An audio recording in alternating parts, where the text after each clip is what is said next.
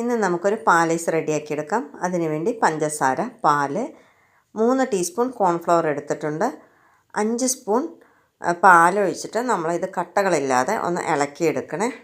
ഞാൻ 1 ലിറ്റർ പാലാണ് എടുത്തിരിക്കുന്നത്. അതിനാണ് 3 സ്പൂൺ കോൺഫ്ലവർ എടുത്തിരിക്കുന്നത്. ഇനി ഒരു പാത്രത്തിലേക്ക് ഒഴിച്ചു കൊടുക്കാം. കൈവിടാതെ ഒന്ന് ഇളക്കിയെടുക്കണേ. ചൂടായി വരുന്ന സമയത്ത് മധുരത്തിന് ആവശ്യമുള്ള പഞ്ചസാര, കോൺഫ്ലവർ, വാനില എസൻസ് കൂടി ഒഴിച്ച് ഇതുപോലെ ഒന്ന് കുറുക്കിയെടുക്കണേ. ഇതിന് ശേഷം നമുക്ക് മിക്സിക്കകത്തിട്ടൊന്ന് അടിച്ചെടുക്കാം. ഇനി ഞാൻ 2 തരം മോൾഡ് എടുത്തിട്ടുണ്ട്. അതിലേക്ക് നമുക്കിത് ഒഴിച്ചു കൊടുക്കാം. മോൾഡ് ഇല്ലയെന്ന് വെച്ചാൽ നമുക്ക് പേപ്പർ ഗ്ലാസ്സിലും ചെയ്തെടുക്കാം കേട്ടോ. ഞാൻ വൈകുന്നേരമാണ് ചെയ്യുന്നത്.